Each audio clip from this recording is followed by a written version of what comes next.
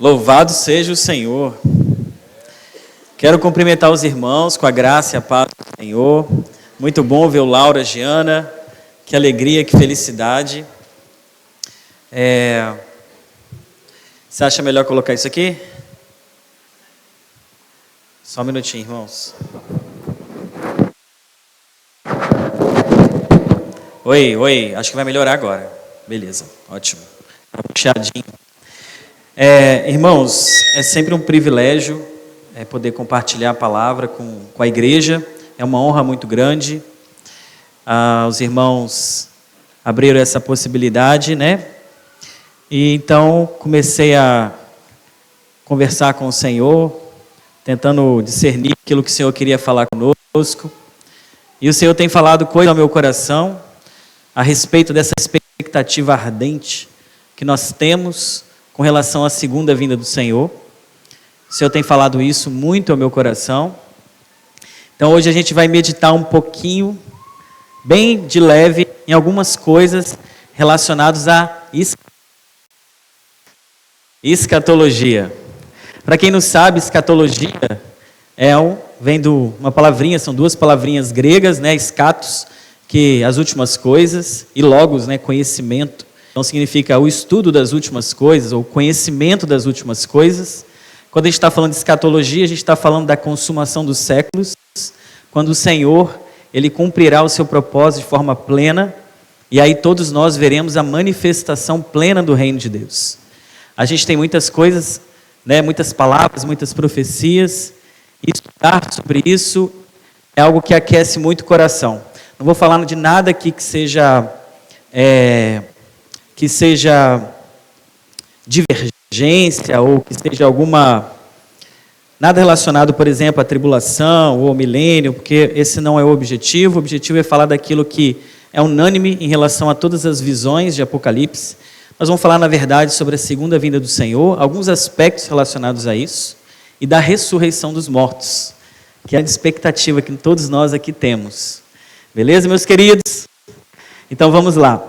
A palavra, as promessas, estão todas contidas no Velho Testamento. Há uma unidade entre o Velho e o Novo Testamento. Tem um irmão que fala que, na verdade, a palavra é uma só, e a aliança é uma só. A aliança do Velho Testamento era a lei do Senhor em pedras, em tábuas e pedras. E a nova aliança não é nada menos do que Deus tirando a lei das tábuas de pedras e as gravando no coração do homem. Então o Velho Testamento, ele traz tipos e as realidades espirituais, e todas elas são reverberadas e cumpridas no Novo Testamento. Todos os tipos, todas as profecias, todas as funções de sacerdotes, toda a lei, tudo converge em Cristo. Cristo é o fim da lei. Ela existiu e foi dada para conduzir o povo de Deus a Cristo, porque o fim, a finalidade da lei é Cristo. E todas as tipologias do Velho Testamento, os personagens principais, os profetas, todos são uma simbologia, são sombras do que haveria de vir. Cristo é esse sol poente do meio-dia, que traz luz sobre todas essas sombras. No Velho Testamento, há três figuras escatológicas. Três figuras escatológicas que estão relacionadas ao fim dos tempos. Os irmãos vão bem lembrar, né?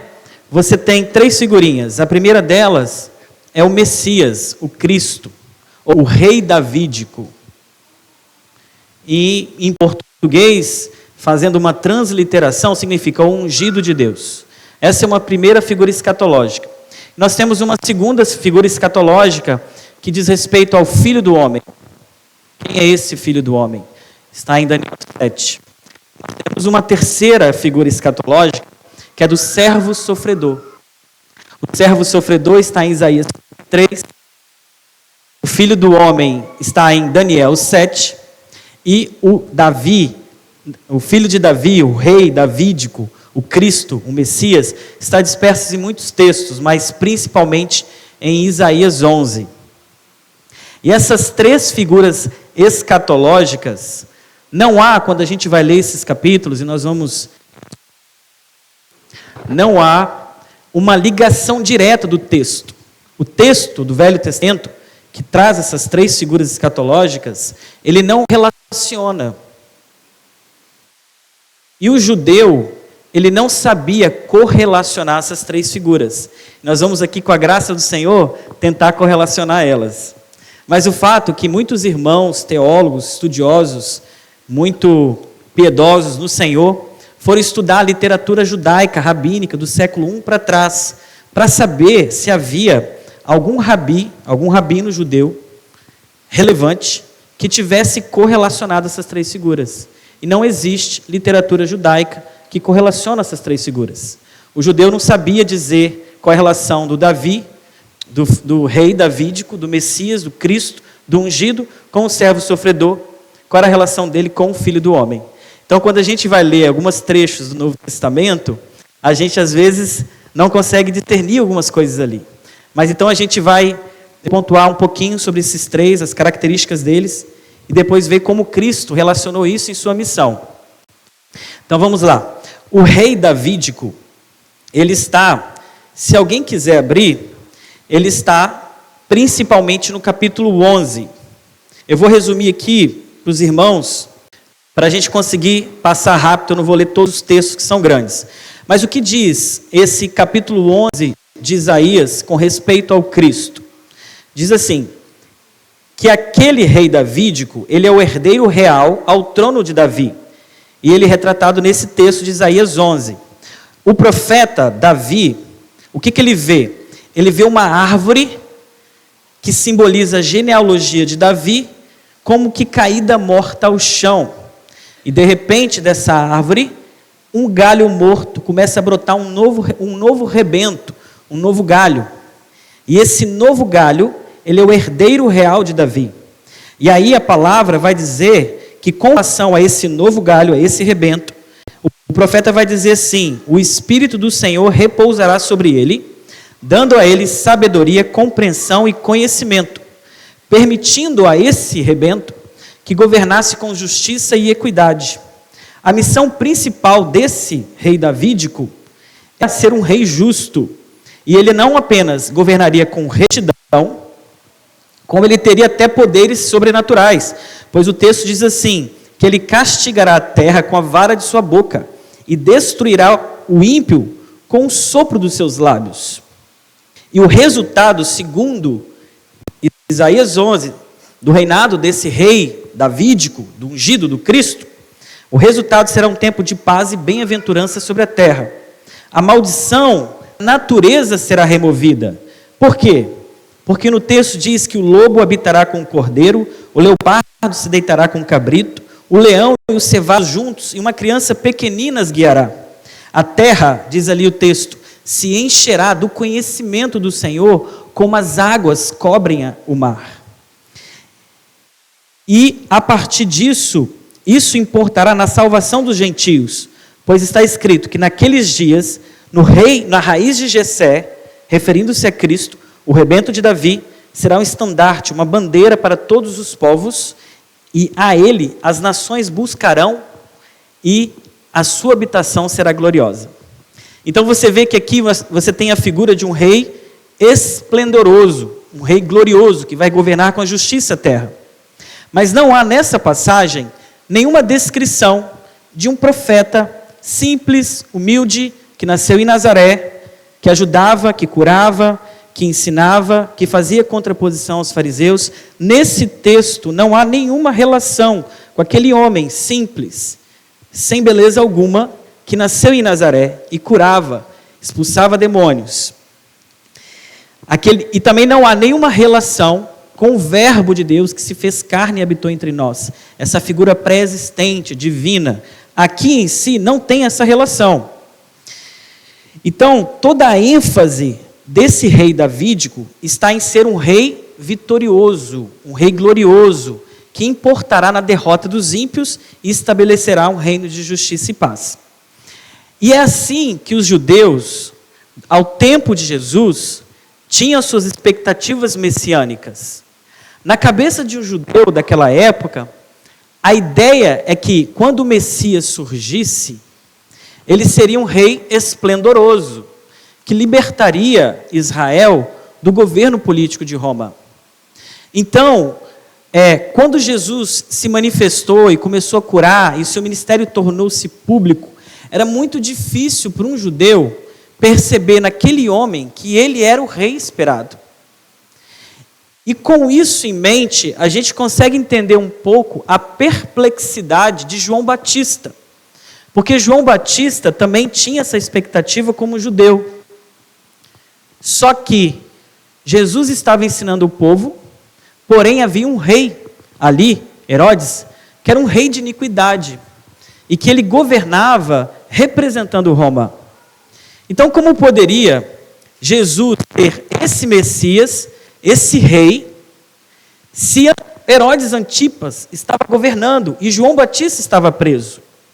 João se contrapôs a esse rei e João foi preso e, posteriormente, foi decapitado. Como João mesmo estava frustrado, entre aspas, nessa expectativa que o povo tinha, ele enviou seus discípulos para que fossem até Jesus. E aí ele vai mandar a seguinte mensagem: és tu mesmo aquele que há de vir? Ou nós devemos esperar por outro? Nessa fala de João Batista, revela e representa a frustração da expectativa messiânica do povo judeu. Aqui tudo bem? Então ele faz essa ponderação. Por quê? Porque Jesus, sendo o Messias na cabeça dele, ele seria aquele que destruiria o ímpio. E com a espada da sua boca, ele castigaria as nações. Era essa a expectativa. Então, como ele poderia ser o Messias se Herodes governava com mão de ferro aquele povo e sobre toda a iniquidade? Então, essas eram as perplexidades que tinham na mente de um judeu. Beleza? E é por isso que eles se escandalizavam com aquele Messias humilde, profeta de Nazaré. Então, Jesus fazia muitas obras, mas nenhuma obra de Jesus era de acordo com a expectativa que aquele povo tinha. Então, é por isso que João questionou se Jesus era de fato aquele rei esperado. Mas, irmãos, Jesus era o rei esperado. Só que Jesus, ele trouxe a revelação de qual era o propósito dele como Messias. Ele não veio para estabelecer um reino político, e ele não veio com um propósito político de libertar Israel de Roma. Não, o seu propósito era espiritual. Qual? Libertar o homem da escravidão do pecado. Esse era o propósito do Messias. Mas depois nós vamos correlacionar com as demais figuras. A outra figura escatológica refere-se ao Filho do Homem. E essa palavrinha, Filho do Homem, Jesus usava muito para designar a sua missão e o seu propósito na terra. Ele vai falar muito sobre o Filho do Homem, referindo-se a si mesmo. Ele poucas vezes fala como Messias, como ungido, ao se referir a si. Ele reconhece que ele é. Mas o Filho do Homem, ele se refere a si com essa expressão. E onde nós encontramos a profecia relacionada ao Filho do Homem? Está em Isaías 7, só para anotar, não precisam abrir. Mas o que o profeta vê ali? Daniel vê 4 feras surgindo do mar. E ele mesmo revela que essas 4 feras eram reinos mundiais sucessivos. E de repente, Daniel vê então o trono de Deus. E aí, quando ele vê o trono de Deus, o ancião de dias, referindo-se a Deus, aqueles reinos são destruídos. E aí ele vai ver alguém como o Filho do Homem. E aí o texto diz assim: eu estava olhando nas minhas visões de noite, e eis que vinha com as nuvens do céu alguém como o Filho do Homem. Ele se dirigiu ao ancião de dias, e o fizeram chegar até ele. Foi-lhe dado domínio, glória e reino, para que as pessoas de todos os povos, nações e línguas o servissem. O seu domínio é eterno, que não passará, o seu reino jamais será destruído. Então, qual a figura desse homem? Ele é um ser pré-existente, eterno, que vem do céu, que estabelecerá um reino eterno. O seu domínio, todo domínio, toda glória e todo reino pertence a ele. Em outras passagens diz que esse homem ressuscitará os mortos e reinará numa terra transformada. Esse é o Filho do Homem.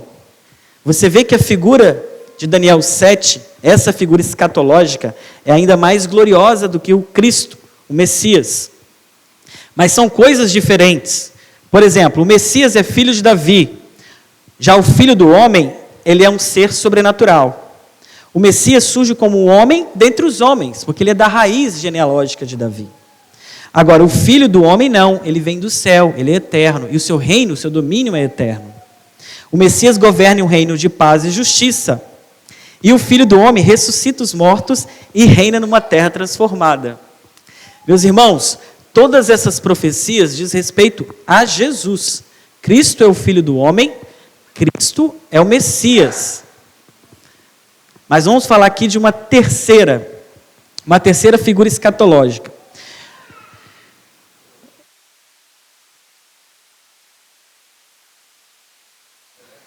Daniel 7 é o Filho do Homem, Isaías 11 é o Messias, o Cristo ungido. Ah, tá. Então, só corrigindo, Isaías 11 refere-se ao rei davídico. Daniel 7 refere-se ao Filho do Homem. Sobretudo esses textos, mas há outros também.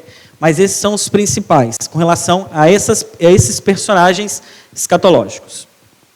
Então, Jesus se referia a si mesmo como Filho do Homem. Por exemplo, quando Jesus curou o paralítico, ele falou assim: filhinho, teus pecados estão perdoados. E aí os fariseus ficaram questionando se ele poderia fazer isso, porque só Deus poderia perdoar pecados. Então Jesus, ciente dessas coisas, e o que ele vai dizer? Ele vai dizer assim: para que vocês saibam que o Filho do Homem tem autoridade na terra para perdoar pecados, então te digo, levanta, toma o teu leito e anda. Então Jesus se referindo a si mesmo. Quando, por exemplo, os discípulos dele estavam sendo questionados pelos fariseus, porque estavam colhendo espigas no sábado, ele vai dizer: o sábado foi feito para o homem, não o homem para o sábado, de modo que o Filho do Homem é Senhor do sábado. Em Marcos 13, Jesus vai dizer: pois qualquer que se envergonhar de minhas palavras nessa geração adúltera e pecadora, também o Filho do Homem se envergonhará quando vier na glória de seu Pai com seus santos anjos. Em outro texto ele diz: então verá o Filho do Homem vindo nas nuvens, com grande poder e glória. Então ele enviará os anjos e reunirá os seus escolhidos dos quatro cantos da terra, da extremidade da terra até a extremidade do céu. Então você vê que esse linguajar era um linguajar que os discípulos foram sendo acostumados com Jesus, porque Jesus usava muito essa figura para se referir a si mesmo. Mas temos aqui um terceiro personagem escatológico. E aqui está toda a beleza do Evangelho, que é do servo sofredor. O servo sofredor, ele foi profetizado também por Isaías, dentre outros, mas sobretudo. E a gente encontra essa profecia, essencialmente, no capítulo 53 de Isaías. Vocês podem anotar, eu só vou ler para vocês. Diz assim, que esse servo, que no capítulo 52, ele está se referindo sempre ao servo. Ele já entra no capítulo 53, dizendo assim, que ele era humilde e compassivo, foi oprimido e afligido, mas não abriu a boca. Como cordeiro que é levado ao matadouro, como ovelha muda perante os seus tosqueadores.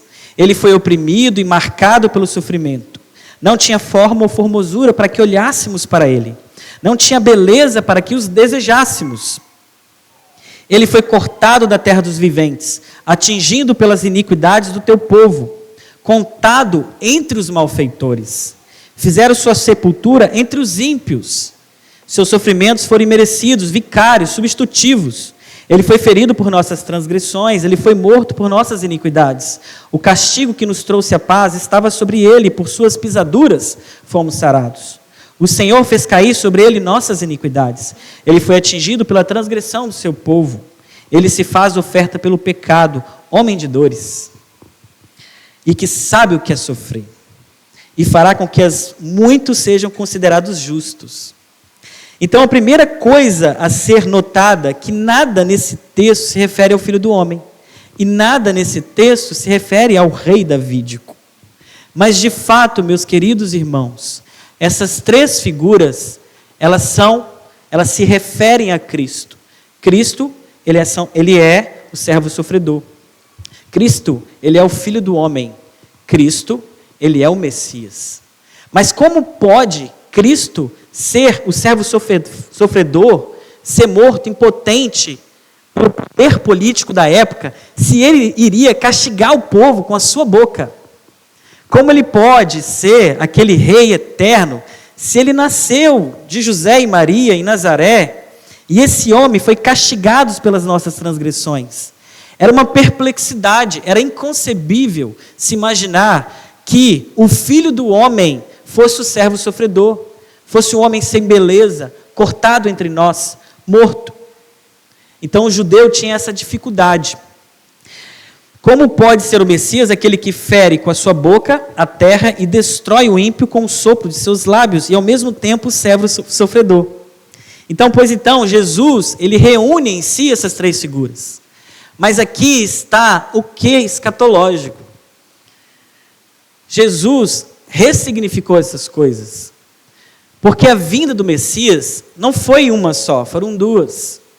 A primeira vinda do Messias, o verbo que se fez carne e habitou entre nós, Deus que rasgou a história, entrou no tempo do homem, a primeira vinda do Senhor foi, sobretudo, como servo sofredor. A primeira missão, mesmo sendo o Filho do homem, mesmo sendo o rei davídico, a primeira vinda do Senhor, a ênfase dela e o propósito que nós vamos ver disso, era ele ser o servo sofredor. Jesus não veio na sua primeira vinda para estabelecer um reino glorioso, um reino visível a todos. Ele veio para ser levantado no madeiro, como aquela serpente no deserto. E aqueles que olhassem para aquela vergonha, com fé, seria curado.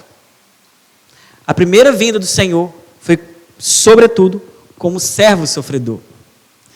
Então, os discípulos de Jesus demoraram para entender isso. Mas a segunda vinda, meus irmãos, nós vamos entrar nisso depois, não vai ser como servo sofredor. Vai ser na sua essência, porque as marcas estarão em seus pés e em suas mãos. É o servo sofredor. Mas a missão da segunda vinda não é mais ser o servo sofredor.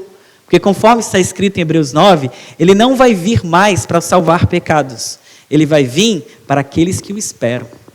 E quando o Senhor vir, ele vai vir como o Filho do homem. Aquele que está sentado à destra do ancião de dias. Aquele que tem todo domínio, glória e honra. E essa é a expectativa da igreja. A expectativa da igreja é um Cristo que vem glorioso. E ele vai vencer a morte, vai ressuscitar mortos. E a terra será desfeita a maldição e coberta da glória de Deus. E aí nós veremos então que a terra será cheia do conhecimento da glória de Deus, como as águas cobrem o mar. Mas isso é a segunda vinda. Assim como o Senhor cravou na história com a sua primeira, e todos nós somos participantes disso, agora ele vai vir pela segunda vez, e todos nós seremos participantes disso. Os discípulos demoraram para entender isso. E esse é o significado da confissão de Pedro em Cesareia de Filipe. Jesus chega para Pedro e fala assim, para Pedro não, para os discípulos, o que dizem que eu sou? Porque ele estava interessado em saber o que eles pensavam a respeito dele. Aí eles vão dizer, você é esse profeta, você é esse profeta, você é esse profeta. Mas Jesus fala assim, mas vocês, eu quero saber de vocês, o que vocês dizem que eu sou? E aí Pedro vai se interpor, representando os discípulos. Ele vai falar assim, tu és o Cristo, o Filho do Deus vivo. Pedro começou a entender, e os discípulos, que embora os atos de Jesus não fossem do Messias esperado, ele era aquele em quem repousava as esperanças de Israel. Por isso ele vai dizer, tu és o Cristo, o Filho do Deus vivo. A multidão, depois de ele alimentar 5.000 pessoas, ela vai tentar forçar Jesus como líder, como rei, vai tentar levá-lo à força. Mas aí, depois dessas coisas, Jesus vendo o movimento político em cima dele, e ele vendo que os discípulos estavam entendendo que ele era o Messias, aí ele vai começar a ensinar os irmãos. Aí nós vamos abrir todos a palavra em Mateus 16. Por favor, irmãos, quem puder.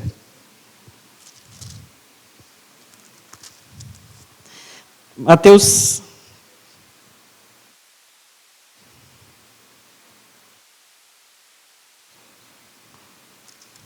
Espera aí só um minutinho.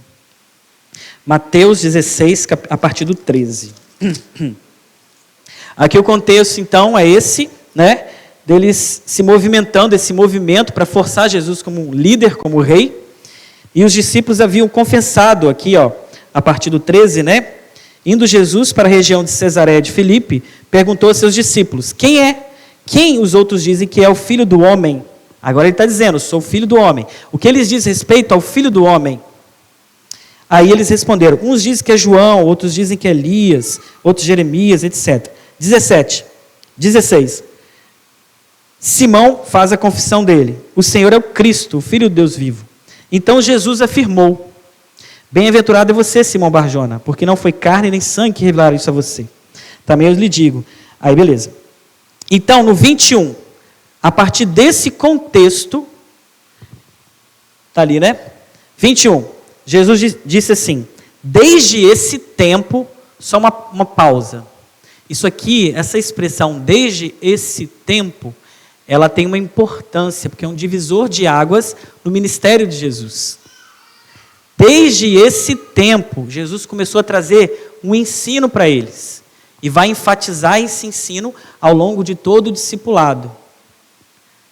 Então, a partir desse contexto, de uma esperança política que se avolumou em torno dele, e dos próprios discípulos que começaram a entender que ele era o Filho do Homem, e que ele era o rei davídico, aí a partir desse tempo, Jesus começou a mostrar aos seus discípulos que era necessário, irmãos, necessário, que ele fosse para Jerusalém, sofresse muitas coisas nas mãos dos anciãos, dos principais sacerdotes e dos escribas, fosse morto e no terceiro dia ressuscitasse. Então o Senhor começou a ensinar para eles que naquela vinda, que a sua missão como Filho do Homem e como o Messias era o sofrimento. E Jesus começou a ensinar para eles que era o sofrimento, para que eles não se escandalizassem. Jesus dizia para Pedro: Pedro, é necessário que eu sofra. Eu sou o servo sofredor. Eu vim para sofrer. Eu vim para sofrer oposição dos principais líderes religiosos. E eu vim para carregar a maldição da cruz. Essa é a minha missão aqui com vocês. Então saibam e não sejam escandalizados por isso.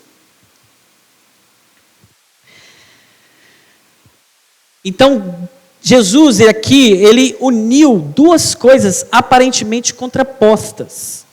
O Filho do Homem. Vocês conseguem perceber isso? O escândalo que era para o judeu, o Filho do Homem ser cortado da terra dos viventes, carregar a maldição do pecado, ser pendurado no madeiro. Por isso que Paulo vai dizer que até os dias de hoje, a cruz é escândalo para os judeus. Porque os judeus, com as suas perspectivas mundanas e políticas, não conseguiam compreender que Jesus era o servo sofredor. E Jesus vai dizer assim, Marcos 10, só para os irmãos anotarem. Porque o Filho do Homem não veio para ser servido, mas para servir e dar a sua vida por muitos. O Filho do Homem, em Daniel 7, diria assim, que todas as nações o serviriam. Mas Jesus rompe com essa lógica, sem deslegitimar o texto. Ele rompe essa lógica para a sua missão na primeira vinda, dizendo: o Filho do Homem não veio para ser servido. O Filho do Homem veio para servir e dar a sua vida em resgate por muitos. A essência do ensino de Jesus se encontra nessa declaração. Era necessário que o Filho do Homem sofresse. E por que ele deveria sofrer? Porque essa era a sua missão. Ele deveria cumprir as Escrituras. Aqui está uma mensagem para o qual os discípulos não foram preparados. E como é que nós sabemos isso? Porque quando Jesus falou isso, Pedro chama ele à parte, como está aqui no texto. Olha lá, a partir do 22. Então Pedro, chamando-o à parte, começou a repreendê-lo, dizendo: que Deus não permita, Senhor. Isso de modo nenhum vai acontecer. Veja a falta de percepção de Pedro, mesmo caminhando. Era necessário que ele sofresse, mas para Pedro, a cruz era o quê? Escândalo. Mas aí eu digo para vocês, irmãos, eu faço essa pergunta. Por que era necessário que ele sofresse? Por que era necessário que o Filho do Homem fosse cortado da terra dos viventes, sofresse, fosse homem de dores, sem beleza alguma, que não houvesse beleza que nos chamasse a atenção? Por que isso? Só antes de a gente entrar nisso, quando Pedro, ele chega para Jesus e repreende, Jesus vai falar assim, ó: saia da minha frente, Satanás. Você é para mim uma pedra de tropeço, porque não leva em consideração as coisas de Deus, e sim as dos homens. Então Jesus disse aos seus discípulos, após isso: aquele que quiser ser meu discípulo, dia após dia, negue-se a si mesmo, tome a sua cruz e siga-me. Aí Jesus vai, qual é a essência do discipulado? Que a essência do discipulado é a própria missão que ele veio desempenhar na terra. Mas por que Jesus deveria sofrer? Nós vamos entrar nisso. E o texto que mais lança luz a respeito dessa missão, ao meu ver, dentre muitos, mas vamos pegar uma fração da palavra, está em Hebreus capítulo 2, de 7 a 18. Vou aguardar os irmãos abrirem.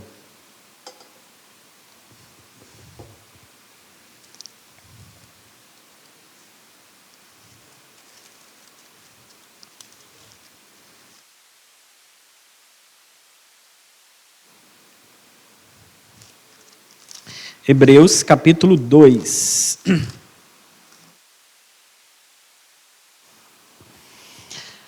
A partir do 5. Por que Jesus se encarnou? Por que ele se fez carne e habitou entre nós? E por que como servo, ele teve que sofrer? Em Filipenses diz que, subsistindo na forma de Deus, não tomou por usurpação ser igual a Deus. Antes, ele se esvaziou de si mesmo e tomou a forma de quê? Servo. E reconhecido em figura humana, se humilhou novamente, sendo obediente até morte e morte de cruz. Aí o texto não para por aí. Ele vai dizer: pelo que Deus o exaltou sobremaneira, e lhe deu o nome que está acima de todo nome, para que diante dele se dobre todo o joelho, quer nos céus, na terra ou no inferno. Vê que o caminho de Jesus, de humilhação, resulta numa fatal glória e glorificação. Esse é o princípio de Deus. A glória é precedida pela humilhação. E o Senhor vai se humilhar. E o texto de Hebreus 2 vai descrever um pouco essa missão. E diz assim: que é o homem que dele te lembres, ou o filho do homem que o visites. A partir dos 5, irmãos, perdão. Pois não foi a anjos que Deus sujeitou o mundo que há de vir, sobre o qual estamos falando. Pelo contrário, alguém em certo lugar deu testemunho dizendo: que é o homem que dele te lembres, ou o filho do homem que o visites? Aqui o texto de Hebreus, citando o salmista, ele está dizendo assim: o que é um homem para que Deus o visite? Tenta imaginar o rei da Inglaterra indo numa favela do Rio de Janeiro, uma casa extremamente simples, ali, para sentar e comer com aquela pessoa. O que é aquela pessoa para que o rei da Inglaterra visite aquela pessoa? Uma metáfora bastante pequena, mas nos dá uma ideia do que é o homem para que Deus o visite. Que dignidade há no homem para que o Senhor dos senhores, o Criador dos céus e da terra, aquele que visite o homem. mas o Senhor visitou, porque o Verbo se fez carne e habitou entre nós. E vimos a sua glória, a glória como do unigênito do Pai. Então o texto está só dizendo assim, o homem não é nada, o homem não tem nenhum direito, o homem não tem nenhuma dignidade em si mesmo, para que Deus o visite. Mas fizeste-o, 7, por um pouco menor do que os anjos, e de glória e de honra o coroaste. Todas as coisas estão sujeitas debaixo dos seus pés. Ora, ao lhe sujeitar todas as coisas, nada deixou fora do seu domínio. Nesse momento, porém, ainda não vemos todas as coisas a ele sujeitas. Vemos, porém, aquele que por um pouco foi feito menor do que os anjos. Jesus, que por causa do sofrimento da morte, foi coroado de glória e de honra. Ele está dizendo assim, o homem não é nada, mas o Senhor visitou o homem. E não só o visitou, o Senhor coroou o homem, a humanidade, de honra e de glória. E não só isso, o Senhor também sujeitou o homem ao mundo que há de vir. E como é que nós podemos entender isso? Os céus proclamam a glória de Deus e o firmamento anuncia as obras de tuas mãos. Um dia discursa outro dia, uma noite revela conhecimento outra noite. Deles não se ouve nenhum som, mas no entanto faz-se ouvir sua voz por toda a terra. Esse Salmo 19 está dizendo que toda a criação, ela foi criada com um propósito, glorificar a Deus. A beleza, a majestade, a glória, o caráter de Deus revelado nas coisas criadas. Deus criou todas as coisas com esse objetivo. E o homem, ele era a coroa da criação. O homem foi feito para espelhar, como nenhuma outra criatura, a glória de Deus. E a esse homem, o Senhor sujeitou o mundo que há de vir. Porém, o homem, como todos sabem, por isso diz assim, não vê umas coisas ainda sujeitas ao seu domínio. Porque quando Deus fez o homem, ele sujeitou todas as coisas ao seu domínio. Mas o homem tinha uma comunhão com Deus, sem pecado, sem fissuras, sem rusgas. Mas o que acontece? O pecado entra no mundo. E a glória de Deus, ela é deturpada no homem. O homem perde a glória de Deus. E não só isso, a criação que estava sujeita ao homem, ela fica sujeita à vaidade, por causa daquele que a sujeitou, como está escrito em Romanos. Por isso que a terra dá brotos. Por isso que as feras do campo se pegam umas às outras e elas estão em oposição ao próprio homem, porque o domínio foi perdido. Então o homem, ele perdeu a glória de Deus. Ele foi criado à imagem e semelhança de Deus, porém a glória de Deus foi deturpada no homem. Eu não vou dizer que foi perdida por completo, mas ela foi deturpada. Porque senão o homem seria uma besta, seria bestializado. O homem ainda tem uma fração da glória de Deus. Mas o fato é assim, só para os irmãos tentarem entender, e aí nós vamos entender a missão do Senhor. Imagina uma noite bonita, imagina uma noite linda, e a luz está brilhando.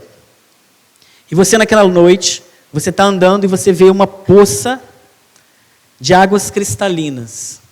Aí quando você olhar para aquela poça, você vai ver a lua resplandecendo naquela poça.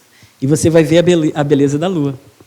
Agora imagina que você está passando e você agora não está mais diante de uma poça de águas cristalinas, mas uma poça cheia de lama, toda poluída. Então quando você olhar a lua, você não vai ver muito bem o reflexo e a beleza da lua refletida naquela poça. Porque aquela poça, ela está poluída. A lua está brilhando. A lua está brilhando. Mas o reflexo dela não reflete naquela poça. Então o homem, ele foi poluído pelo pecado. De modo que a glória de Deus não mais fosse refletida no homem. Essas coisas precisavam ser ajustadas. Então a primeira missão de Jesus, e o texto vai falar que em tudo ele se fez homem, em tudo ele se fez semelhante aos seus irmãos, é resgatar a glória de Deus no homem, que é refletida na face de Cristo. Jesus veio despoluir o homem e trazer o homem de volta para esse propósito de glorificar o Pai e ter domínio sobre todas as coisas. E não só esse mundo criado, mas o mundo que há de vir, como está escrito aqui. Mas o texto segue. Porque Jesus teve que sofrer? Além de reconquistar a glória de Deus no homem, que reflete na face de Cristo, e a palavra diz que pela fé em Cristo nós somos unidos a Ele, e unidos a Cristo, nós somos participantes da sua natureza. E aí nós refletimos a glória de Cristo. O texto segue dizendo assim, a partir do 9, 10. Porque convinha que Deus, por causa de quem e por meio de quem todas as coisas existem, conduzido muitos filhos à glória, aperfeiçoassem por meio do sofrimento o autor da salvação deles. Pois tanto que santifica como os que são santificados, todos vêm de um só. E é por isso que Jesus não se envergonha de chamá-los irmãos. Então olha que coisa linda. Olha que lindo isso, meus irmãos. A palavra lá em João 3,16 diz assim, que Deus entregou o seu Filho unigênito para que todo aquele que nele crê não pereça, mas tenha vida eterna. Em João fala que o Verbo se fez carne e habitou entre nós, e mais para frente vai dizer, e vimos a sua glória, glória como o do unigênito do Pai. Então Jesus entrou nesse mundo como unigênito, mas pela sua obra de sofrimento, pela sua obra de se tornar, por meio do sofrimento e das dores, o autor da nossa salvação, ele saiu desse mundo como primogênito. Porque o Senhor, ao se colocar diante de nós, e nós vamos explicar isso, debaixo da ira de Deus, e nos conduzir a Ele, Ele nos conduziu à glória de Deus. Então o Senhor teve que sofrer para que você fosse feito filho de Deus. E feito filho de Deus e conduzido à glória de Deus. Olha que coisa linda. E aí vai dizer, foi por meio do sofrimento. Jesus não fez isso por meio da glória. Ele se identificou conosco, assumiu a nossa condição. E aí a gente vai entender um pouquinho que está depois. Na nossa condição, ele se colocou debaixo da ira de Deus. Irmãos, vou pedir atenção para vocês entenderem isso. A lei de Deus é perfeita, porque ela reflete o caráter de Deus. Mas a lei de Deus, ela avilta, ela torna evidente o pecado. Porque a lei que é santa e justa, ela é como se fosse um espelho, que você colocado diante dela, vai refletir a sua imagem pecaminosa, vai refletir os pecados do homem. A lei avilta o pecado, porque ela traz conhecimento do pecado. E a palavra vai dizer que a lei, que a força do pecado é a lei, está em Romanos. Não porque a lei gera o pecado. A lei está enferma pelo pecado, porque somos pecadores, destituídos da glória de Deus, somos do que éramos, tá, irmãos? Só para o raciocínio. Porque éramos pecadores, destituídos da glória de Deus, voltados para o próprio ventre, escravizados pelo pecado. Esse pecado era aviltado pela lei. Então a lei trazia a força do pecado, porque ela dizia, não faça isso, e nós fazíamos, de modo que aquilo que é bom a gente até vê, mas não fazemos, e aquilo que a gente não quer a gente faz, porque a lei evidencia isso. E a palavra em Romanos também vai dizer, e a gente vai entender a obra do Senhor, que o pecado é o aguilhão da morte. A morte tem um aguilhão. O aguilhão é aquilo que trava, que pega e arrasta. O avião é aquilo que arrasta, o aguilhão. Então o pecado é o aguilhão da morte. A morte, ela tem um anzol. Ela lança um anzol e ela fisga você e arrasta para ela. Esse é o aguilhão. Então a lei dá força ao pecado. O pecado é o aguilhão da morte. E quem tinha o poder da morte? Satanás. Satanás tinha o poder da morte. Satanás precisava ser destruído. Só que onde Satanás precisava ser destruído? Na raiz. Duas coisas precisavam ser solucionadas. Primeiro, o aguilhão do pecado. O pecado. O aguilhão da morte. Como você vence a morte? Vencendo o aguilhão. E ao mesmo tempo, a lei exigia justiça. Porque Deus é justo e santo. Ali estavam as promessas. E o caráter de Deus dizia que se pecássemos, Ele iria punir os nossos pecados. Então, duas coisas precisavam ser feitas. Um homem precisava saciar a ira de Deus. Saciando a ira de Deus, ele cumpriria a lei. E ao mesmo tempo, esse homem precisava destruir a morte e o diabo. E aí a gente vai entender o que está escrito aqui. Vamos lá. Visto que, 14, os filhos têm participação comum de carne e sangue, também Jesus igualmente participou dessas coisas, de carne e sangue, para que por sua morte destruísse aquele que tem o poder da morte, a saber, o diabo, e livrasse todos os que, pelo pavor da morte, estavam sujeitos à escravidão por toda a vida. Pois ele, evidentemente, não socorre a anjos, mas socorre a descendência de Abraão. Por isso mesmo era necessário, a mesma palavrinha, meus irmãos, que era necessário que o Filho do Homem sofresse. Era necessário que em todas as coisas ele se tornasse semelhante aos irmãos, para ser misericordioso e sumo sacerdote nas coisas referentes a Deus, e fazer propiciação pelos pecados do povo. Pois naquilo que ele mesmo sofreu quando foi tentado, é poderoso para sofrer os que são tentados. Socorrer os que são tentados. E aí vamos ler de novo 9. Vemos, porém, aquele que por um pouco foi feito menor do que os anjos. Jesus, que por causa do sofrimento da morte, foi coroado de glória e de honra, para que pela graça provasse a morte de todos. Essa palavrinha provar a morte é comer. Ele comeu a sua morte. Ele comeu a minha morte. E ele o fez quando o verbo se fez natureza pecaminosa, porém sem pecado. Como natureza sem pecado, o Senhor ofereceu a sua vida para satisfazer a ira de Deus. E não há homem que debaixo da ira de Deus não morresse. Então o Senhor morreu. Só que morto, não havia pecado. Não havia pecado. Se o aguilhão da morte é o pecado, a morte não pôde arrastá-lo. Então o Senhor ressuscitou como homem e foi posto à destra de Deus. Satisfez a ira de Deus. Por isso ele é a propiciação pelos nossos pecados. Porque ele satisfez a ira de Deus e tornou Deus favorável a nós. Deus não estava favorável a nós. Vou explicar isso depois. Ele não estava favorável a nós. Porque a ira de Deus se revela contra todo pecado e injustiça dos homens, que detêm a verdade pela injustiça. Porque os homens, pretendendo ser sábios, tornou-se louco, trocando a glória do Deus incorruptível por corruptibilidade de imagens e figuras humanas. Então, o que nos aguardava era a ira de Deus, que se revela contra todo o pecado do Bruno, contra toda a injustiça do Bruno.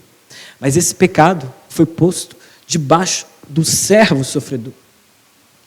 E o servo sofredor provou a morte pelo Bruno, pelo Gilmar, pelo Lauro. E agora, Gilmar, Lauro, Bruno é filho e conduzido à glória de Deus. Com essas coisas em mente, vamos ler o texto de novo? A partir do 5.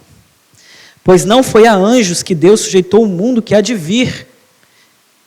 Os anjos sobre o qual estamos falando. Pelo contrário, alguém em certo lugar deu testemunho dizendo, Salmo, quem é o homem que dele te lembres, ou o filho do homem que o visites? Fizeste-o por um pouco menor do que os anjos, e de glória e de honra o coroaste. Todas as coisas sujeitaste debaixo dos seus pés. Ora, ao lhe sujeitar todas as coisas, nada deixou fora do seu domínio. Nesse momento, porém, ainda não vemos todas as coisas a ele sujeitas. Vamos falar isso para frente. Vemos, porém, aquele que por um pouco foi feito menor do que os anjos, Jesus, que por causa do sofrimento da morte, foi coroado de glória e de honra, para que pela graça de Deus provasse a morte por todos. Porque convinha que Deus, por causa de quem, por meio de quem todas as coisas existem, conduzindo muitos filhos à glória, aperfeiçoasse por meio dos sofrimentos o autor da salvação deles. Pois tanto que santifica como os que são santificados, todos vêm de um só, e é por isso que Jesus não se envergonha de chamá-los de irmãos, dizendo, a meus irmãos declararei o teu nome. No meio da congregação te louvarei. Outra vez eu porei nele a minha confiança.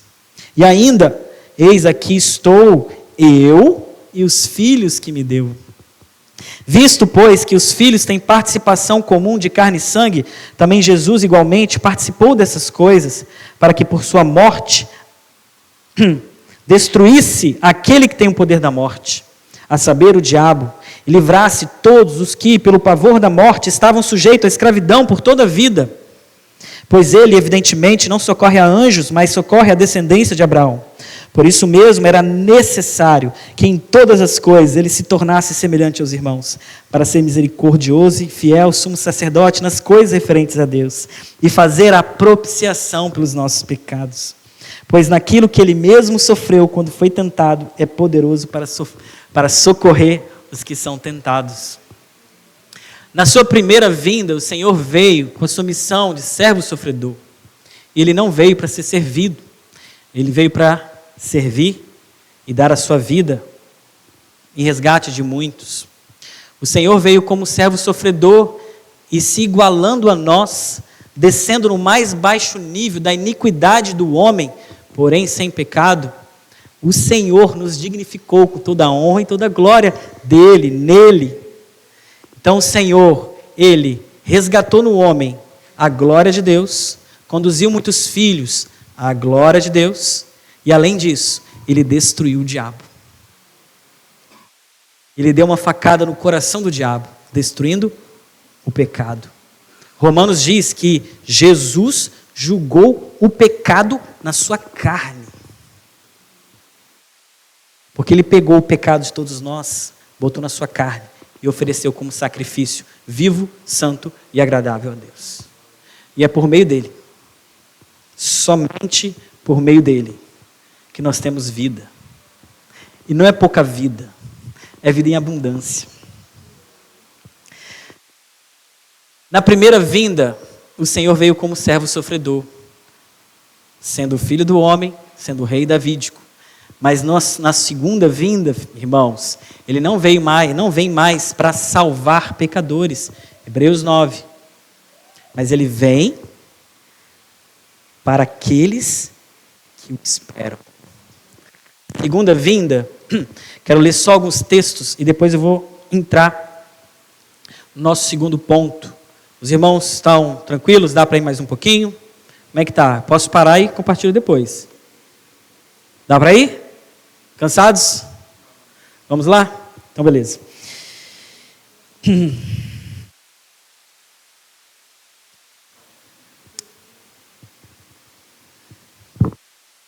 Se na primeira vinda a ênfase estava na figura do servo sofredor e cumprida a sua missão, na segunda vinda do nosso Senhor, ele virá como rei davídico e filho do homem. Qual é a expectativa que nós temos? O filho do homem. Ele virá nas nuvens com grande glória, cheio de toda a autoridade, e a ele pertence o poder, a glória e o domínio pelos séculos dos séculos. Essas palavras, elas não dá para conceber na mente. Então, qual é a expectativa que nós, como igreja, temos? Que Cristo lhe retornará como Filho do homem, com força e esplendor. Os mortos ressuscitarão, a morte será vencida, e todo o cosmo, todo o universo, será liberto da decadência e coberto da glória de Deus. Essa é a expectativa que temos. Vou ler só para os irmãos, vocês não precisam abrir para a gente poder ir para o ponto onde eu quero. Alguns textos relacionados à segunda vinda do Senhor, como Filho do homem, rei davídico. Mateus 24, 29 e 30 diz assim: pela manifestação da sua vinda, o sol escurecerá, a lua não dará sua claridade, as estrelas cairão do firmamento e os poderes do céu serão abalados. Então aparecerá no céu o sinal do Filho do homem. Todos os povos da terra se lamentarão e verão o Filho do homem vindo sobre as nuvens do céu com poder e grande glória. O reino de Deus já veio? Sim. Onde? No coração da igreja. Veio de forma misteriosa. Ele está dentro de vós. Laura lembrou. e ele cresce como um grão de mostarda dentro de vós e no meio de vós. O reino de Deus veio de forma misteriosa. Mas na segunda vinda, o reino de Deus será visível a todos os cosmos. E vai acontecer aquilo que diz assim: Jesus, subsistindo na forma de Deus, não tomou por usurpação ser igual a Deus. Antes esvaziou-se a si mesmo, tomando forma de servo, semelhante a... Pelo que Deus também o exaltou. E lhe deu o nome que está acima de todo nome, para que diante dele se dobre todo joelho, nos céus, na terra e no inferno. Irmãos, que bom é o nosso joelho se dobrar hoje. Porque quando ele vier, todo joelho vai se dobrar. Alguns, talvez, obrigatoriamente, pela força da glória que vai contemplar. Mas hoje, o reino de Deus está em nós, nós já podemos nos curvar diante da glória desse rei. Porque a palavra diz assim, que o Espírito Santo que habita em nós, nos faz provar, comer, provar os bens vindouros. A ideia aqui é de um banquete que virá. Só que quando você vai num casamento, antes do banquete ser servido, você vai contratar o buffet, você faz uma prova. Aí quando você prova, você tem uma noção do que vem. Só que aquilo é uma prova, é só uma partezinha. O banquete é muito maior. O Espírito Santo nos dá uma prova dos bens vindouros. Então esses bens vindouros, uma mente não pode contemplar, mas a gente tem uma prova. Eu posso dizer, quando eu provo, não tem outra coisa que não faça ao meu coração, que é me curvar, que é pôr o meu joelho, me sujeitar a esse rei maravilhoso. Outro texto. Porque assim como o relâmpago sai do oriente e brilha até o ocidente, assim será a vinda do Filho do Homem. Ele enviará os anjos com grande som de trombeta, os quais reunirão seus escolhidos dos quatro ventos, de uma a outra extremidade dos céus. O Filho do Homem mandará os anjos que ajuntarão do seu reino todos que servem de pedra de tropeço e os que praticam o mal, e os lançarão na fornalha acesa. Ali haverá choro e ranger de dentes. Então os justos resplandecerão como o sol no reino do seu Pai. Olha a glória reconquistada para o homem. Os justos resplandecerão como o sol na glória do seu Pai. Olha a filiação, os filhos conduzidos a glórias pela morte de Jesus, resplandecendo como o sol da justiça. A glória de Deus que nós vemos na face de Cristo. Paulo vai falar assim: e pela palavra do Senhor, ainda lhes declaramos o seguinte: nós, os vivos, os que ficarmos até a vinda do Senhor, de modo nenhum precederemos que dormem. Porque o Senhor mesmo, dada a sua palavra de ordem, ouvida a voz do arcanjo e ressoada a trombeta de Deus, descerá dos céus. E aí o que vai acontecer? Os mortos em Cristo ressuscitarão primeiro. Depois nós, os vivos, que ficarmos, seremos arrebatados juntamente com eles, com os mortos, entre nuvens, para o encontro com o Senhor nos ares, e assim estaremos para sempre com o Senhor. Olha que coisa maravilhosa. 1 Coríntios vai dizer o seguinte, depois eu posso passar para vocês o que eu escrevi, com todos os textos. Então virá o fim, quando ele entregar o reino a Deus e Pai. Quando houver destruído todo o principado, bem como toda a potestade e poder, porque é necessário que ele reine até que tenha posto todos os inimigos debaixo de seus pés. O último inimigo a ser destruído é a morte, porque ele sujeitou todas as coisas debaixo de seus pés. E quando ele diz que todas as coisas lhe estão sujeitas, certamente exclui aquele que tudo lhe sujeitou.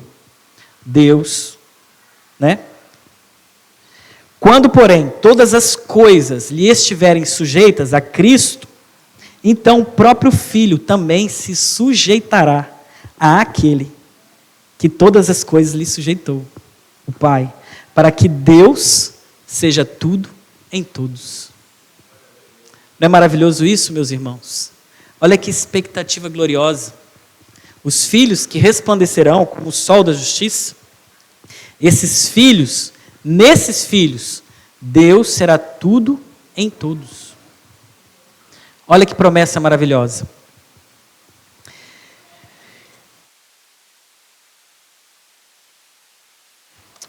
Então, para a gente concluir, meus queridos, eu quero falar aqui com os irmãos, para a gente não avançar muito, tinha muitas outras mais coisas, né? Mas eu não quero avançar demais para não pesar os irmãos. Mas eu quero só falar de uma coisa, para a gente concluir aqui à noite. Nós vamos fazer aqui de novo uma reflexão sobre um texto. Se vocês quiserem abrir, está em 2 Coríntios, capítulo 5.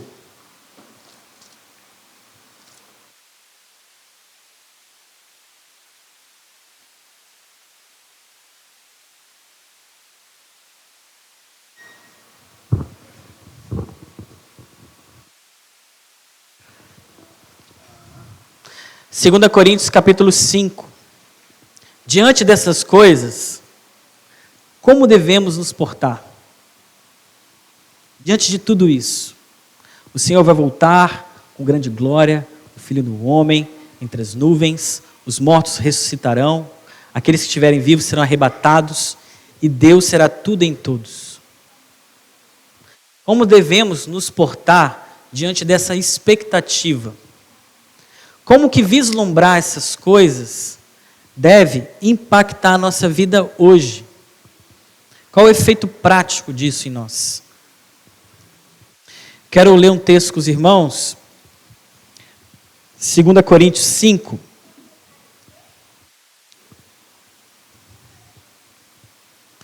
Na verdade, pode deixar no 4 aí,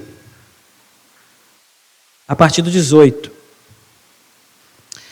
Quando nós experimentamos o Senhor e caminhamos com o Senhor, para aquele que nasceu de novo e tem sido participante da natureza de Cristo e tem desfrutado da mente de Cristo, o Senhor vai mudando o nosso foco.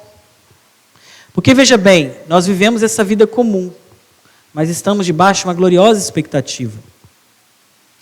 E o Senhor mesmo, Ele vai mudando o nosso foco. O 18 diz assim: na medida em que não olhamos para as coisas que se veem, mas para as que não se veem, porque as coisas que se veem são temporais, mas as que não se veem são eternas. Então, caminhar com Deus traz uma mudança de foco. Qual é o foco? Qual era o foco? Nós olhávamos para as coisas que se veem. Mas ele vai dizer assim: aquele que está entendendo a mente de Cristo, sabe que as coisas que se veem, elas são perenes. Quer dizer, elas são transitórias. Elas vão passar. É um vapor, uma neblina que logo passa. Por isso, aqueles que experimentam do Senhor, não olham para as coisas que se veem, não tem nelas a sua expectativa e a sua esperança, mas nas coisas que não se veem, porque essas são eternas. Olhar com fé para as coisas que não se veem, que são eternas, inevitavelmente traz impacto na minha vida. A minha vida, a minha expectativa, a minha posição diante do Senhor, a minha posição diante dos irmãos, o meu testemunho e tudo que faço, se essas coisas, se nós estamos olhando, o nosso foco são as coisas eternas, que não são temporais, então isso vai ser impactado. Mas para aquele que ainda não conhece o Senhor, não tem caminhado debaixo do conhecimento de Deus, que nós falamos na reunião passada, o foco dele está nas coisas que são temporais. Por isso o rombo que fica dentro do coração. Mas Paulo vai continuar esse texto dizendo de algumas coisas que são eternas e de outras que não são eternas, que são temporais. Aí ele vai dizer assim: pois Ele está linkando esse texto que acabamos de ler com o que vem. Sabemos que se a nossa casa terrestre deste tabernáculo, aqui, se desfizer, temos da parte de Deus um edifício, uma casa não feita por mãos humanas, eterna nos céus. Que casa é essa? Ele está fazendo uma oposição entre duas realidades. Vocês vão entender depois no transcorrer do texto. Mas Paulo não está falando de casa, nem de tabernáculo do Senhor. Ele está usando uma figura de linguagem para se referir à nossa existência. Ele está dizendo assim, a nossa existência, ela tem duas etapas. A primeira é que somos uma casa terrestre. E a segunda, um edifício dos céus feito pelo Senhor. Ele está dizendo o seguinte, e vocês têm que prestar atenção para pescar isso aqui, que é muito precioso, irmãos. É muito precioso. Que agora, o meu corpo é uma casa terrestre. Mas virá um tempo que esse corpo, que é uma casa terrestre, será substituída por um edifício que é celestial. Ele está dizendo do nosso corpo hoje e do nosso corpo que virá a partir da segunda vinda do Senhor pela ressurreição dos mortos. Aí ele está dizendo assim, sabemos que a nossa casa terrestre, deste tabernáculo, se desfizer. Ele está chamando a nossa casa atual, o seu corpo, você, de uma tenda, um tabernáculo. Só que ele está dizendo que na etapa seguinte da sua existência, pela fé em Cristo que você tem, pela ressurreição dos mortos que virá, você não será mais uma tenda, você será um edifício. Uma tenda fala de coisa que é temporal, que é o contexto que ele está falando no verso anterior. O edifício fala de uma coisa permanente, mutável, eterna, estabelecida. Ele vai dizer que essa tenda é feita por mãos humanas, mas esse edifício é feito por mãos celestiais. Ele está dizendo que hoje você é uma tenda. E o que significa isso? Uma tenda, Paulo era um fazedor de tendas, então ele sabia o que era uma tenda. Uma tenda é uma habitação provisória. Você é uma tenda, isso quer dizer o seguinte, você é um peregrino nessa terra. Você não tem bens aqui. Você não veio para morar aqui definitivamente. Se você está habitando em tenda, você não tem lugar onde repousar. Você não tem a sua casa ainda. Você é um jornaleiro. Passagem. Então, se você é uma tenda, não crie muitos jardins em volta da tenda. Se você é uma tenda, não aflore tanto. Não contrate um designer de interiores. Por quê? Porque a tenda ela vai passar. Você não foi feito para isso. Você não foi feito para ser uma tenda. Vocês entenderam isso, irmãos? Essa tenda ela vai passar. Aí ele vai dizer assim, ó. Pois sabemos que se a nossa casa terrestre deste tabernáculo, tenda, se desfizer, ele está dizendo assim, se eventualmente nós morrermos, o desfizer é morrer.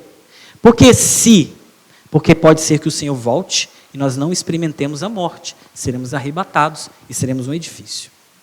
Mas se a tenda desfizer, pensa assim, irmãos, você vai para um camping.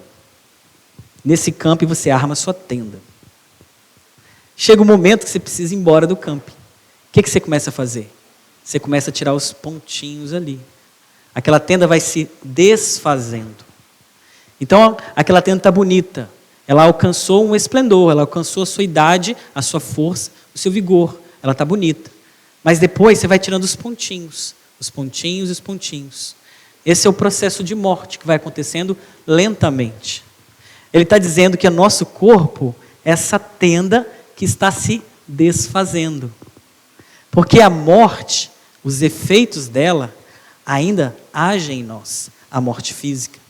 Então eu já sinto que a minha tenda começou a se desfazer. O meu vigor se foi, está indo, os filhos estão me sugando. Essa tenda está em processo de desfazimento. Agora, imagina o Rogério. Tinha que citar o Rogério.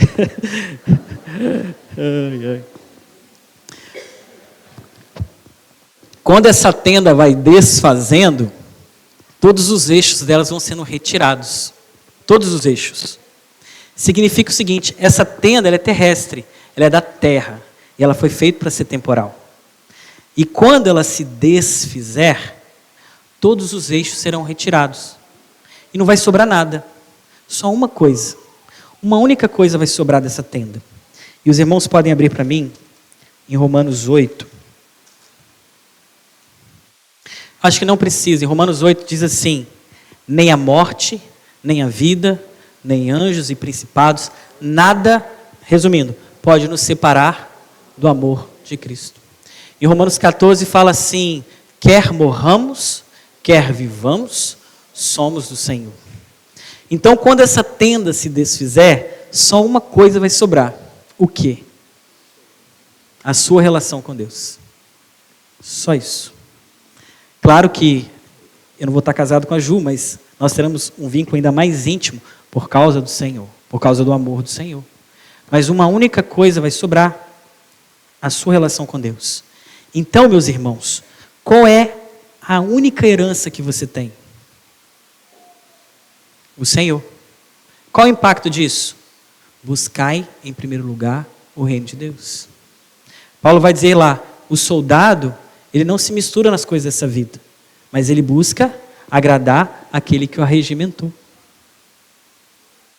Veja, se nós tivermos o versículo anterior, o foco nas coisas que são eternas, que são imutáveis, o impacto na nossa vida vai ser ter compreensão de que hoje nós somos uma tenda. Mas não para por aí. O texto diz assim: se essa tenda se desfizer, se morrermos, ele não quer dizer quando, porque a morte não é certa. O Senhor pode voltar. Mas se e quando essa tenda se desfizer, nós sabemos que temos da parte de Deus um edifício, uma casa não feita por mãos humanas. Essa casa é eterna nos céus. O que ele está dizendo? Que o que o Senhor resguarda para os santos após a ressurreição não é uma casa mais provisória, é uma casa definitiva. E essa casa definitiva, ela é imutável, ela é eterna. Ela é dos céus, não é no céu, porque vai ser na terra. Nosso corpo será físico, corpóreo, porém, ela será celestial, porque ela não é da natureza da terra, ela é da natureza do céu, mas ela vai andar sobre a terra, como Jesus. Jesus disse assim: vocês são cá de baixo, eu sou lá de cima. Essa casa que o Senhor reserva a você é uma casa eterna, imutável do céu, e ela é espiritual, e é feita de carne. É corpóreo, mas ela é espiritual, no sentido de que o Espírito vai ser o vigor dessa casa. Isso é o que o Senhor reserva para os santos, para os seus. Mas vamos lá. Essa casa, que é o corpo da ressurreição, ela é um edifício, uma casa que não é feita por mãos humanas. É Deus quem fez. É Deus quem ressuscitará o nosso corpo. O padrão, qual é o padrão do corpo ressurreto, irmãos? Quando Jesus ressuscitou, ele ressuscitou, apareceu para os discípulos. Quando ele aparece para os discípulos tomam um susto. Aí ele vai dizer assim: não se assustem, toquem em minhas mãos e em meus pés, e vejam que sou eu mesmo. Pois um espírito não é feito de carne e osso, como vocês veem que eu tenho. Olha só, Jesus ressuscitou como um corpo, e o corpo de Jesus foi o mesmo corpo que foi crucificado, porque as marcas estavam lá. A palavra diz assim, irmãos, nós estamos caminhando para o final, que Jesus é o primogênito dentre os mortos, ele é a primícia dos que dormem, ele é a referência. Assim como Jesus ressuscitou, nós ressuscitaremos. Jesus ressuscitou 3 pessoas: Lázaro, a viúva de Naim e a filha de Jairo. Só que ele fez um ressuscitamento, porque essas pessoas voltaram para uma vida mortal e sujeita ao pecado. Mas Jesus não ressuscitou assim. Ele ressuscitou com um corpo que era o corpo dele, porém tragado pela imortalidade, pela vida eterna.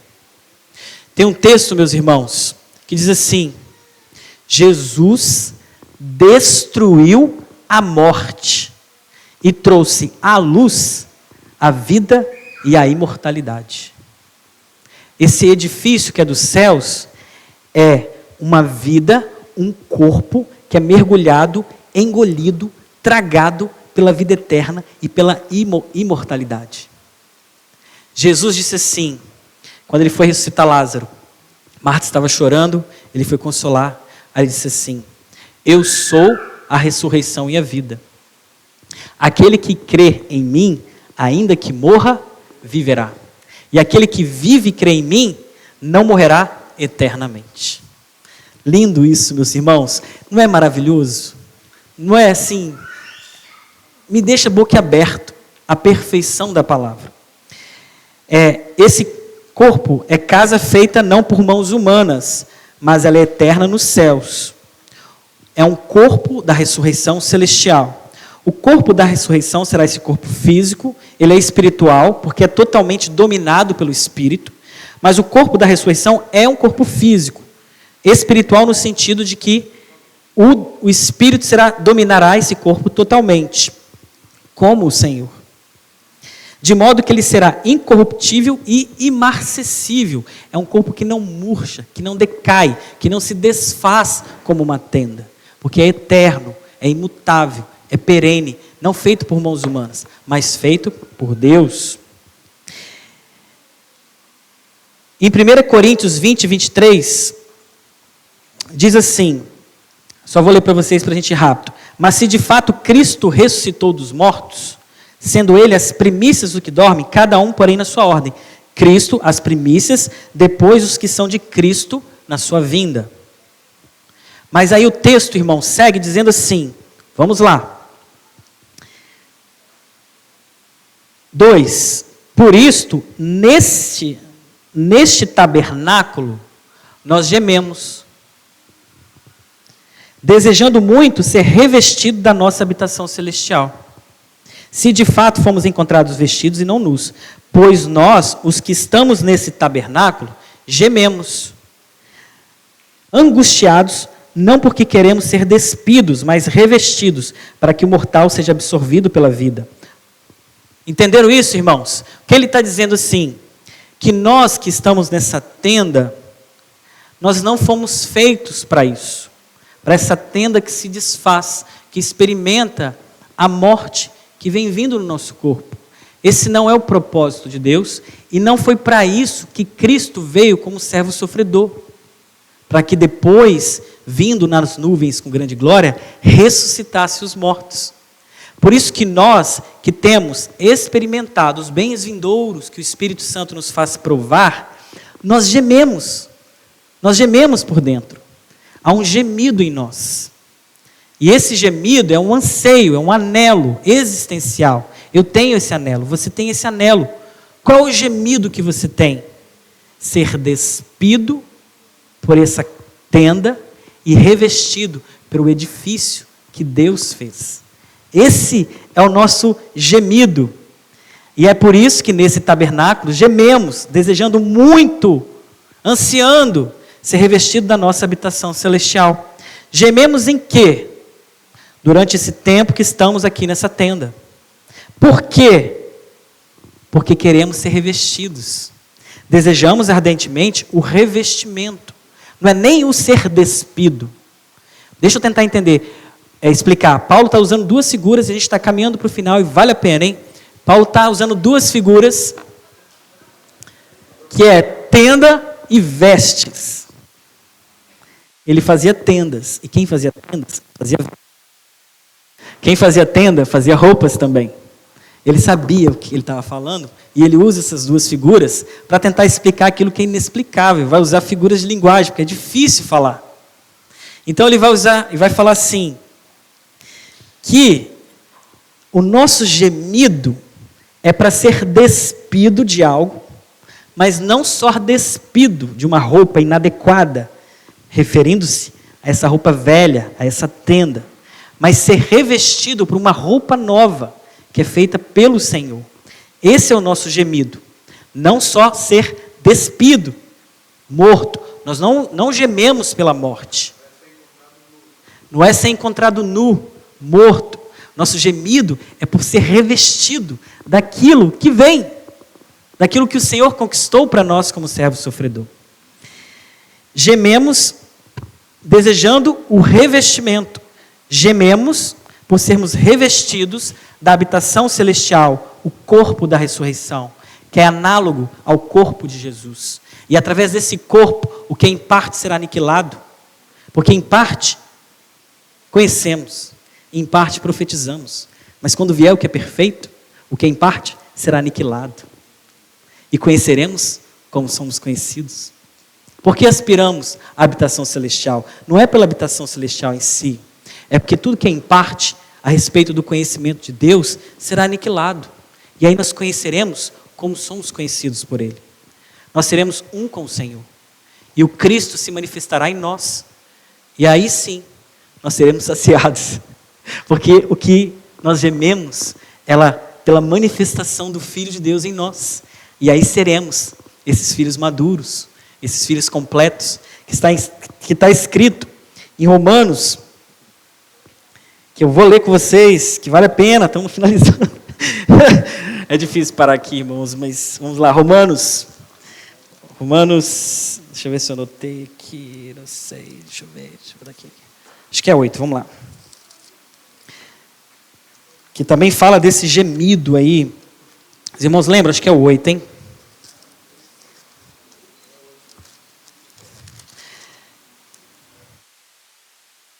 Oito, 18. 8:18? Nem existe.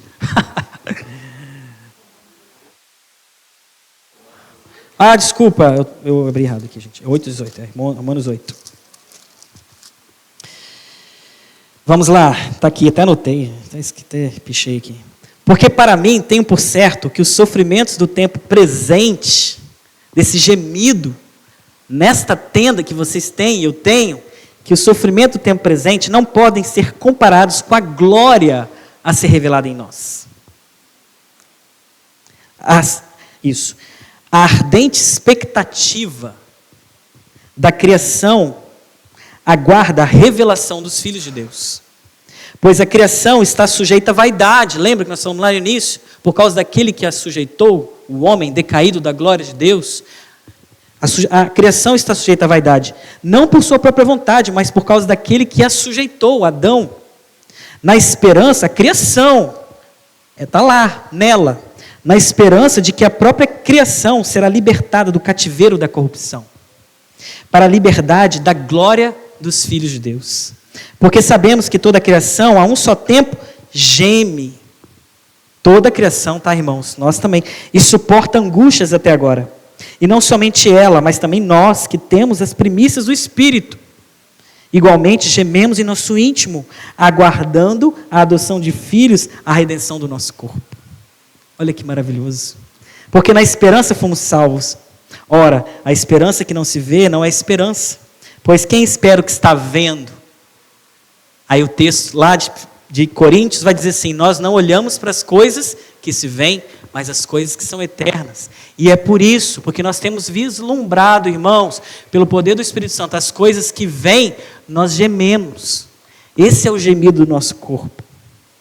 Em 1 Coríntios 15 diz assim, porque é necessário que esse corpo corruptível, rapidinho, nós gememos por sermos revestidos. De quê? 1 Coríntios 15, porque é necessário que esse corpo corruptível se revista da incorruptibilidade, e que o corpo mortal se revista da imortalidade. Quando esse corpo corruptível se revestir da incorruptibilidade, e o que é mortal se revestir da imortalidade, então se cumprirá a palavra que está escrita, tragada foi a vitória, a morte pela vitória. É por isso que nós estamos angustiados, porque não queremos apenas ser despidos, mas revestidos, engolidos pela imortalidade, pela vida eterna, que o Senhor maravilhoso, que é digno de toda honra e de toda glória, conquistou para cada um de nós aqui. Olha que glória! Então os nossos olhos têm que estar nas coisas que são eternas, não nas coisas que são temporais. Não gememos sermos despidos. Romanos, já li, finalizando aqui meu último parágrafo escrito.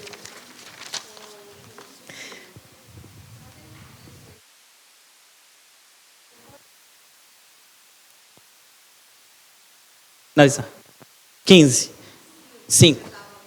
Tá. Aham.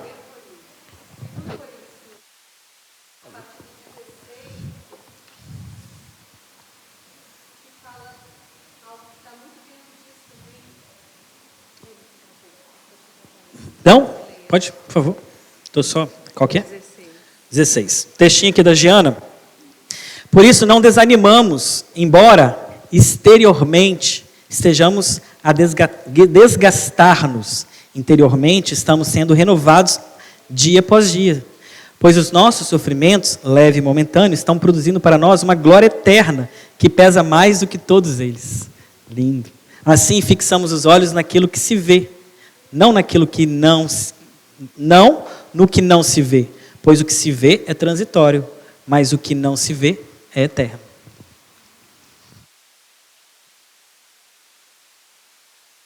Agora, um texto bíblico, nem vou comentar, na verdade um comentário de 30 segundos. 30 segundos, é sério. Com vista em tudo que dissemos aqui, nós precisamos ler 1 Coríntios 15. Eu vou falar os versos. A partir, para ficar fácil aí para os irmãos, para a gente ler tanto, vou dizer assim. Posso ler para vocês? Porque eu vou pular versículos para ficar rápido, tá? 1 Coríntios.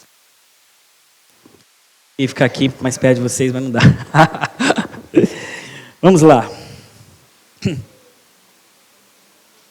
Gememos, né, irmãos? Mas um dia esse gemido vai cessar. E aquilo que nos sacia vai se realizar na segunda vinda do nosso Senhor. Antes de tudo, entreguei a vocês o que também recebi, Paulo dizendo, que Cristo morreu pelos nossos pecados, segundo as Escrituras, e que foi sepultado e ressuscitou o terceiro dia, segundo as Escrituras. E apareceu a Cefas e depois aos 12. Depois foi visto por mais de 500 irmãos de uma só vez, dos quais a maioria ainda vive. Porém, alguns já dormem. Depois foi visto por Tiago e mais tarde por todos os apóstolos. Por último, depois de todos, visto também por mim. 20, versículo 20. Mas de fato, Cristo ressuscitou dentre os mortos, sendo ele as primícias dos que dormem.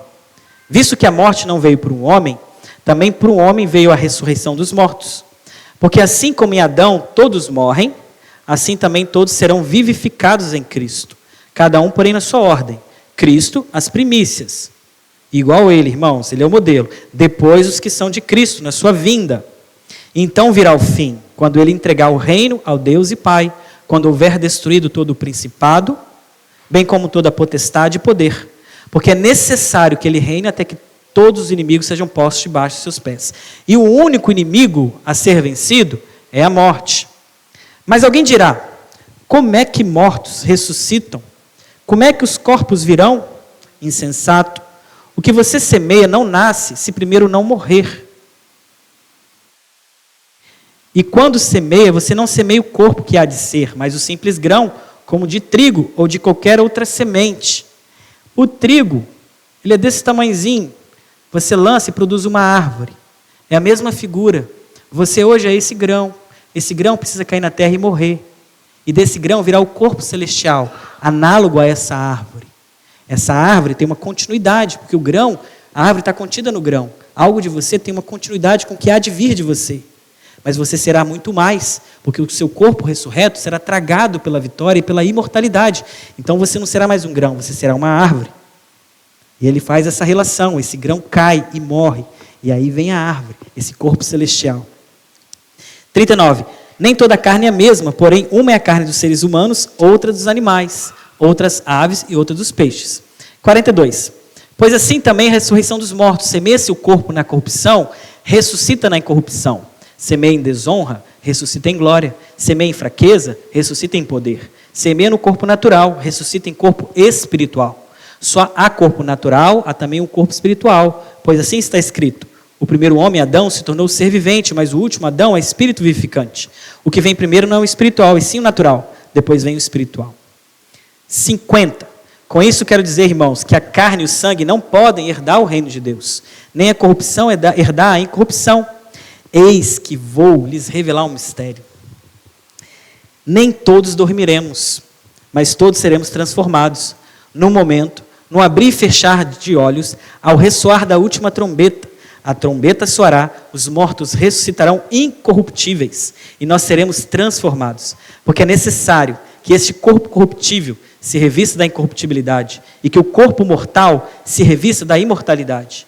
E quando esse corpo corruptível se revestir da incorruptibilidade, e o que é mortal se revestir da imortalidade, então se cumprirá a palavra que está escrita. Tragada foi a morte pela vitória. Onde está a morte? A sua vitória. Onde está a morte? O teu aguilhão. O aguilhão foi destruído pelo servo sofredor.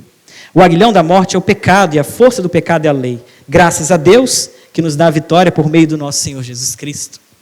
Aí, irmãos, o comentário final. Paulo, ele escreve essas coisas, a sensação que os pés dele estão subindo, subindo, subindo, subindo, subindo, subindo. Porque nos leva lá para cima.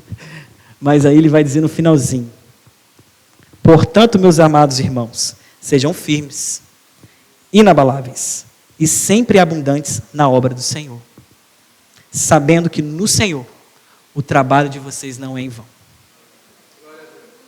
Com a perspectiva das coisas eternas, sejam abundantes nas obras do Senhor.